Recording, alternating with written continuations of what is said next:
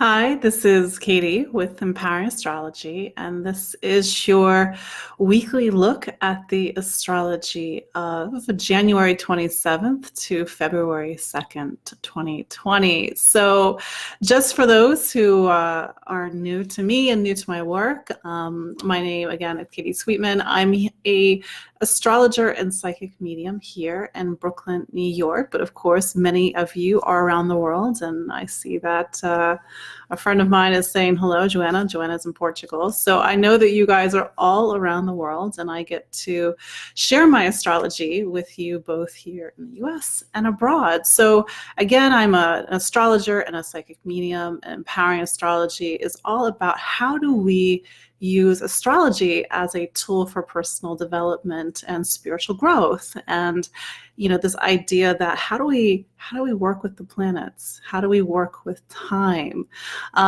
So I've been doing Empowering Astrology for the last 10 years. So I just had a 10-year birthday for this. But, it's good to kind of have a check-in from time to time and reintroduce myself, because I know that there's new people, and I know that there's also familiar faces here in the comments for this live feeds. But if you're watching me on the replay, do say hello. This is, again, your weekly look at the astrology of this week. Compared to previous weeks, this one's a little bit quieter, which, let's be honest, we could use. So, think back, let's say December, and even the beginning of January, it was a very different story. The astrology that we were experiencing was very intense. There was a lot of pressure. We needed to make decisions. We needed to, maybe leave a relationship or get into a relationship or make a move. It was, like I said, it was a lot of pressure. So now that we're in a new lunar month, and we began this lunar month a few days ago, we began it on January 24th, we're outside now of this eclipse energy. We are still in a way connected to it. We are in Aquarius season right now, and the ruler of Aquarius is Saturn, and Saturn is still in Capricorn, and it's still conjunct Pluto. So a lot of this, let's say, the underlying intensities that made eclipse season so strong are still woven into the astrology of this lunar month. But that said, there's a sense of like all that pressure is happening a little bit behind the scenes right now. This new moon that we had on the 24th. So we're in a lunar month that's devoted to, let's say, experiencing life through the prism of Aquarius. And Aquarius, what is Aquarius? Aquarius is all about community and friendships and social connection. It's science and politics and big ideas and ideology. Aquarius is a big picture sign. I mean, by the time we get to Aquarius, and I may have said this in my last video update, by the time that we get to Aquarius and our journey through all the 12 signs of the zodiac, we're getting further and further away from those very kind of down-to-earth personal things. It's no longer about the I. It's now about the us, the we, the group, the humanity, the collective. So we're kind of zoomed out right now, and through that vantage point, the idea is now that we can get a bigger perspective. Aquarius is a sign that's just naturally attuned towards the future. They're able to anticipate trends, and this is why sometimes Aquarius gets a little bit of an oddball reputation. But it's a sign that is able to anticipate trends, to see the future, to connect to these more abstract concepts. So for the rest of us, even if you aren't an Aquarius, this is a month to look at those big networks in your life, the systems, the groups that you're involved with, the ideology that you're connected with, social causes, humanitarian issues. These are all Aquarius themes. So that's something that's going to be seeded through the next 4 weeks, since we're in a new lunar month. And I know that for those that follow, that are Asian and follow the Chinese system or the Asian system, that it is a lunar new year. So happy new year belatedly to those who celebrate. I don't know anything about the rat, so I can't comment on that, but I do know that it's a metal rat year. I'm a horse, by the way. Anyway, so I want to quickly go through the zodiac so you at least can understand what is being activated for you for the next 4 weeks. So if you are an Aries, it's, you have what's called a natural chart. So Aquarius is exactly where it's supposed to, let's say, in the, how the zodiac is organized. So this is a time that is, like I said, about friendships, community, big picture, looking ahead. So these kind of systems and networks and social circles and interpersonal stuff on a bigger level, that's going to be a big part of the next 4 weeks.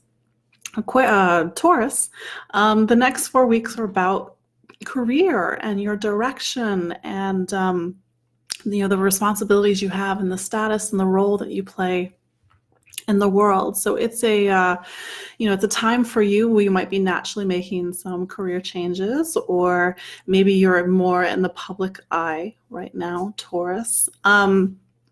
If you are a Gemini, the next 4 weeks are about, it's about travel, foreign travel. It's about education. It's about maybe even this kind of thing of like, what do you believe in? What's your ideology? What's your faith? What's your truth and meaning? So it's a time to explore knowledge and explore wisdom, but also explore the world in all those many different ways. If you're a Cancer, this new moon is about really working on your deepest self, your deep emotional self. It's a very psychologically driven next 4 weeks for you. It's about going into your nooks and crannies, looking at your shadow, also dealing with themes around money, especially themes around wealth, debt, finance, loans. That also might be highlighted for you for the next 4 weeks. If you are a Leo, this is a time that's about relationships. Aquarius is your relationship sign. So the next 4 weeks might naturally be a time when you are welcoming in new people into your life. If you're in partnership, maybe there's something that's renewed, or something that's happening with you and your partner. If you are looking to be in a relationship, the next 4 weeks are kind of a natural time for you to connect and perhaps maybe meet somebody. If you are a Virgo, the next 4 weeks are kind of very familiar Virgo territory. It's about health, healing, wellness, kind of taking care of your daily life. So, it's maybe you're feeling a little extra Virgo-y, but really it's about, how do you have this kind of new vision on your daily life, and maybe kind of innovating and looking at health and your own health in a different or innovative way. If you are a Libra, the next 4 weeks are about creativity, self-expression, maybe children, and if children are relevant to your life. It's a time to relax, and certainly for everybody that's watching, I'm pretty sure the last 4 weeks have been a bit difficult. Possibly. It was, at least that was the overarching theme for everybody. So enjoy it, Libra. Do relax a little bit. If you are a Scorpio, the next 4 weeks are about home and family and putting down roots and tending to your roots and tending to your nest. So it might be a natural time for you to reach out with family. Maybe you're making a move in the next 4 weeks. Maybe you're just more attuned to what home and family mean right now. And maybe you're just spending more time at home. I mean, this is what's called the bottom of Scorpio's chart. So this is a time when Scorpio is, we'll say, the most removed from the world. They're kind of like pulling in and hibernating a little bit. Moving on to Sagittarius, the next 4 weeks for you are about travel, education, learning, information, ideas.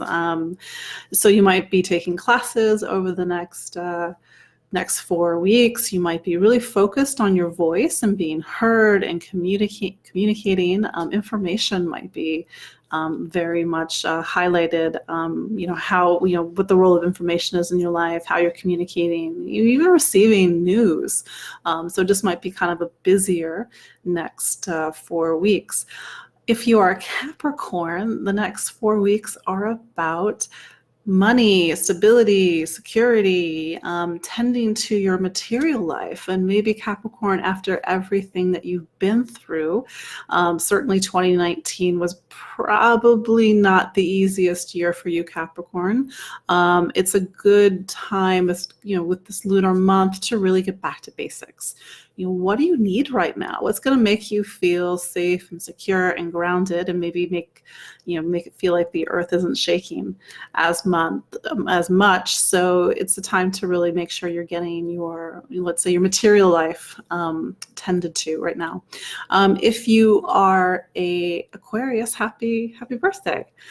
So this new moon gives you a personal new beginning. And if you were born on the 24th of January, and maybe even, plus or minus a couple of days, the next year for you is one of major new beginnings. So open up your eyes, open up to new possibilities. Also, because Uranus was very prominent in this new moon that we had, it might mean that the next year or even the coming weeks, you might be going off into a different direction. And then last but not least, Pisces, this new moon is highlighting a part of your chart that talks about pulling back from the world. It talks about spirituality, and it talks about needing to, let's say, shed the baggage of the past. And just, while I'm thinking about it, Pisces, from March until July, Saturn is going to dip into what's called your 12th house. And you're going to enter a time over the next couple of years where it is going to feel more Piscean, in the sense that it is more about working on your spiritual connection, kind of shedding the past, letting go. Just kind of popped into my mind. So maybe there's a Pisces that really needs to hear that. Those are, what's going to happen starting March 21st is Saturn is going to switch signs. It's going to go into Aquarius, but it's only going to go into Aquarius for a few months. It will dip back out and go back into Capricorn on July 1st. So, for all of us, as we start to get into March, which of course we have some time, we're going to be starting to see one of the major hands on our personal clock change. And it's going to hint to each and every one of us that some part of our life is going to take more priority in the next couple of years, because that's what Saturn does. It talks about big time and these big themes and what's a priority in your life right now. Because we had this new moon, it was making something called a square to Uranus. There might be something very Uranian in the coming 4 weeks for this new moon. What does that mean? Uranus energy, it's meant to awaken us. It's meant to shake us out of the status quo. There might be sudden events and things that might come out of the blue, and certainly we kind of saw that already with some of the news. So there might be some element of surprise in the next couple of weeks, and it doesn't necessarily have to be a bad thing, but the Uranus is, let's say, the planet of consciousness. It sort of like turns on a light bulb. So for everybody that's listening, really be open to that new awareness in the next couple of weeks, that light bulb moment for your own life, so that you can get the insights that you need that can kind of help you see things from a different perspective. Because Uranus is a planet that doesn't want us to keep going the same direction if the same direction is not working. That said, as we start the week, we're in a very different energy than Uranus or even Saturn. We're actually focused more on Neptune. By the way, I did a webinar back in November on Neptune, which I think turned out pretty well. So if you are new to astrology or an astrology student and are interested in learning all about Neptune, I put the link in the show notes. You can still get the webinar, but what Neptune does, it's a very spiritualizing influence in the astrology. So for instance, right now, on Monday, January 27th, Venus and Neptune are together in the sky. This is what's called a conjunction. And Venus and Neptune coming together, and Venus is the planet of love, relationships, value, socialization, and connection. Neptune, it's spirituality, it's compassion, it's redemption, it's universality, it's going back into, let's say, the cosmic ocean. Like there's this kind of mystic element to Neptune, but Neptune is a planet that's not about what's here on grounded planet Earth. And if you have a strong Neptune, I do have a strong Neptune, and I've been really thinking about Neptune in the past few days. But if you have a strong Neptune, part of you doesn't have one foot in this, doesn't have both feet in this world. You have like one foot in another world and one foot in this world. So for all of us today, there's a sense of Venus conjunct Neptune. It's like this ethereal beauty. It's if you have Venus conjunct Neptune, it can make you magnetic. And, people are attracted to you. They have this kind of vision of you. There's an allure. But sometimes there's like this glamour, but there's like the what people project onto you. But then there's the reality. So sometimes Neptune can talk about illusions, and sometimes, let's say, in terms of, let's say, Hollywood, there's like that kind of very Neptunian illusion when you make something seem very real. But it's like, what's behind that? But that said, I think that Venus conjunct Neptune in general is a very beautiful aspect. It's redemptive love, it's unconditional love, it's love that heals. So maybe that was something that was available to us, today. That said, tomorrow on January 28th, Mars is going to square Neptune. And on the other side of things, when Mars squares Neptune, it's, Neptune is like this current. It's this ocean. It's not about what we want. It's not about trying to tame the ocean or dominate the ocean. The ocean is directing us.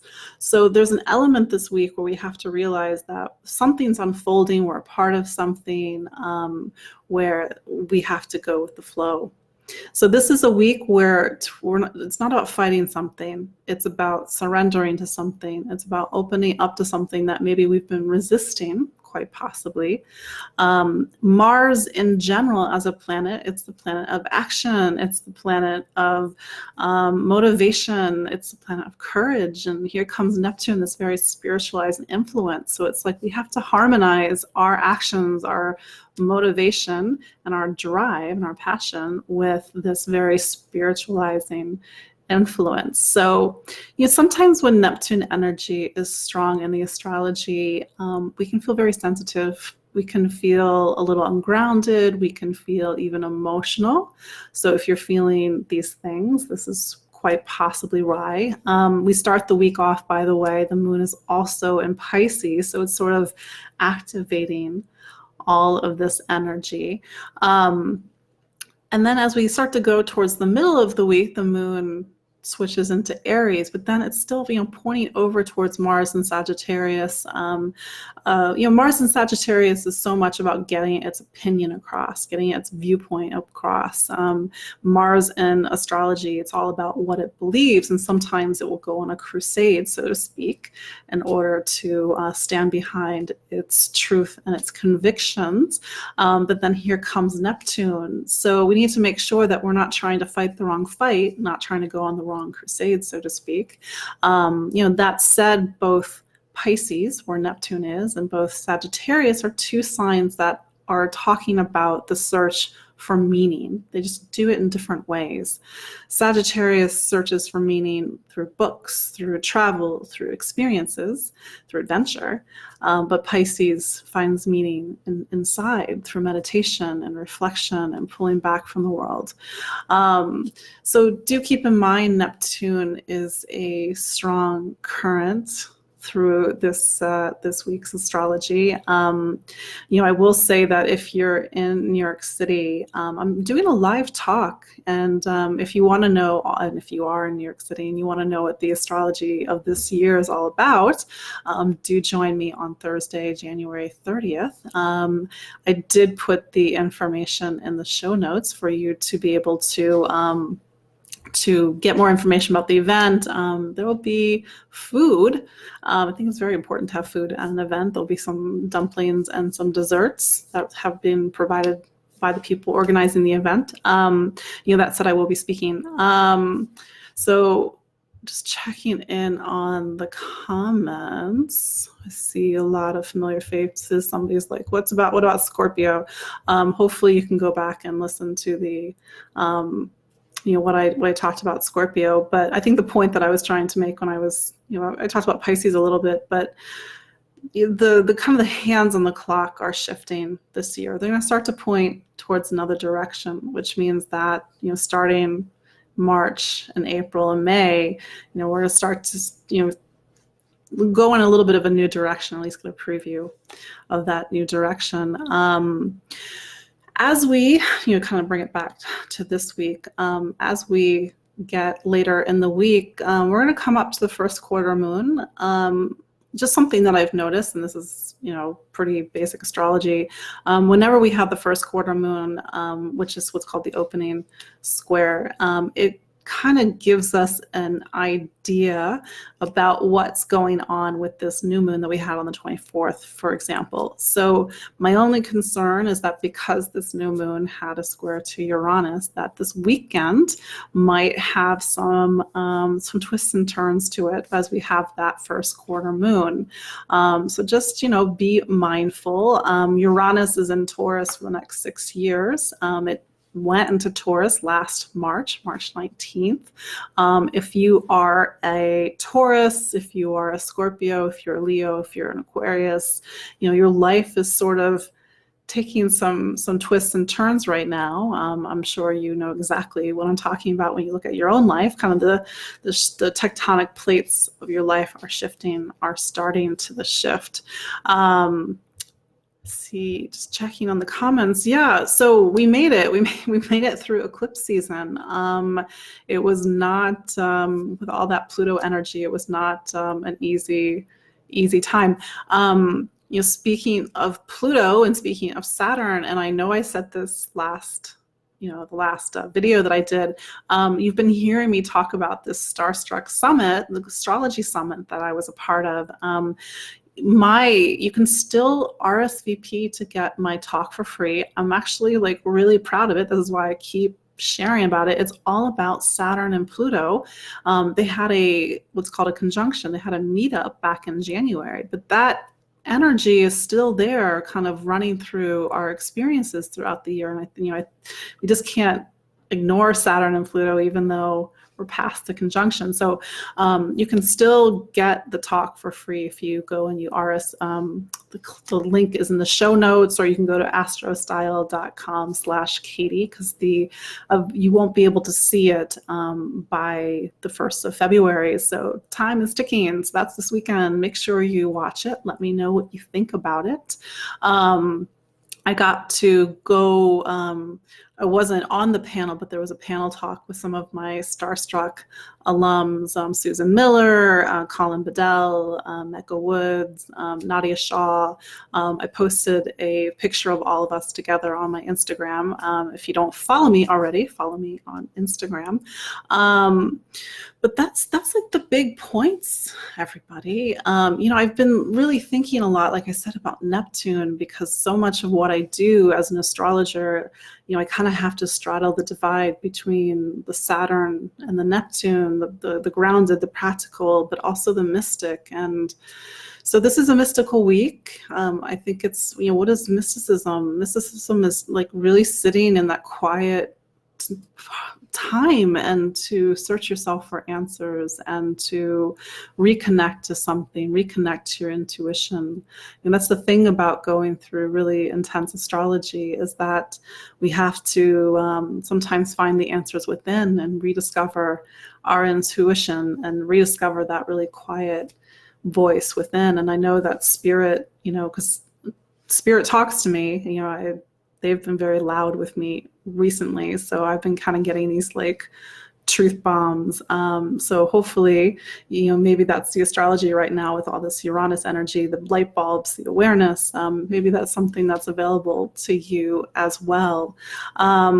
Another thing, since we're starting to get into relationships and Valentine's Day, I am doing a webinar on February 12th on the astrology of love and relationships. So if you want to know what Venus means for you, Mars means for you, in terms of relationships and how you communicate and how you relate, and maybe how your partner or partners, what their astrology means and how you can work with that more effectively.